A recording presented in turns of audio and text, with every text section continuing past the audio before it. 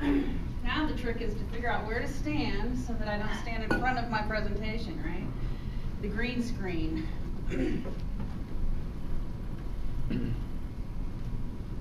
Before companies or people who are working with a company start trading confidential information, it's really important that they get the appropriate protections in place. To illustrate my point, I should probably get into my PowerPoint as opposed to just setting it up there, which I thought I had done.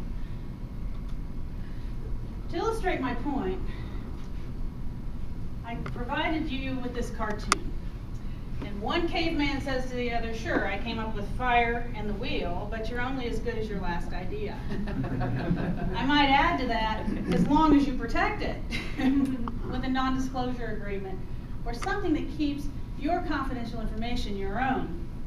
Unfortunately, people get excited and they want to go into their deal, and before they protect it, they have this urge to overshare and get all of their information to the other side because they're happy and really pumped up about the project. So a non-disclosure agreement protects things that you want to have protected with whatever group you're in. For example, a customer list.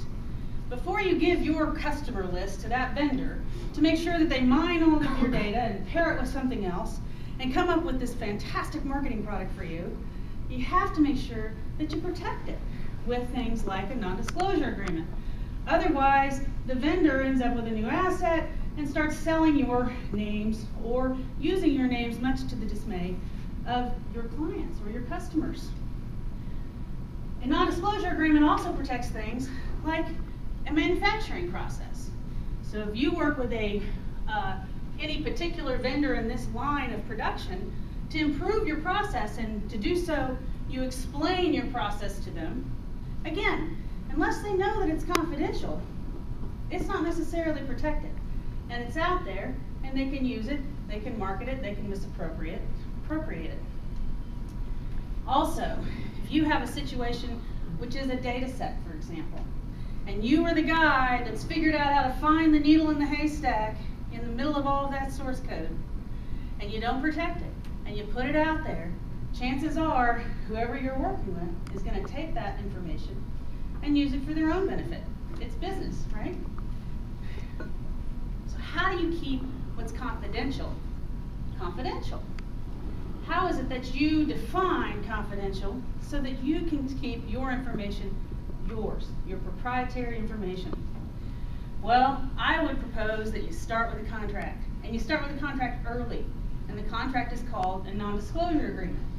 And in the non-disclosure agreement, you define what's confidential. And you can have a general description that says something like any trade secret or confidential or proprietary information of the company. And that's better than nothing. But really, if you have it defined this broadly, what are you really protecting? That's a good place to start with an argument, if you ask me.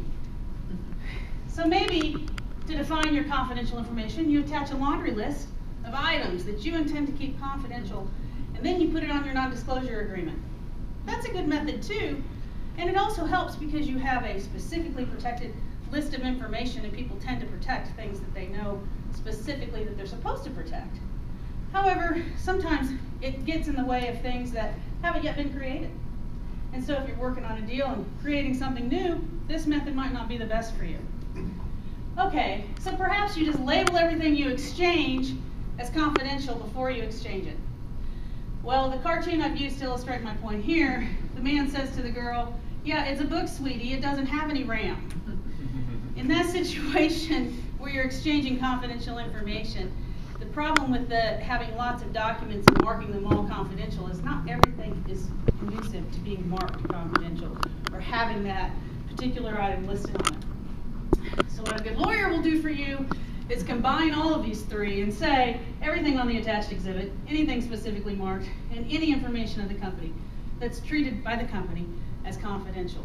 Now you've got the best of all three worlds, and you should be relatively clear about what it is that you're protecting.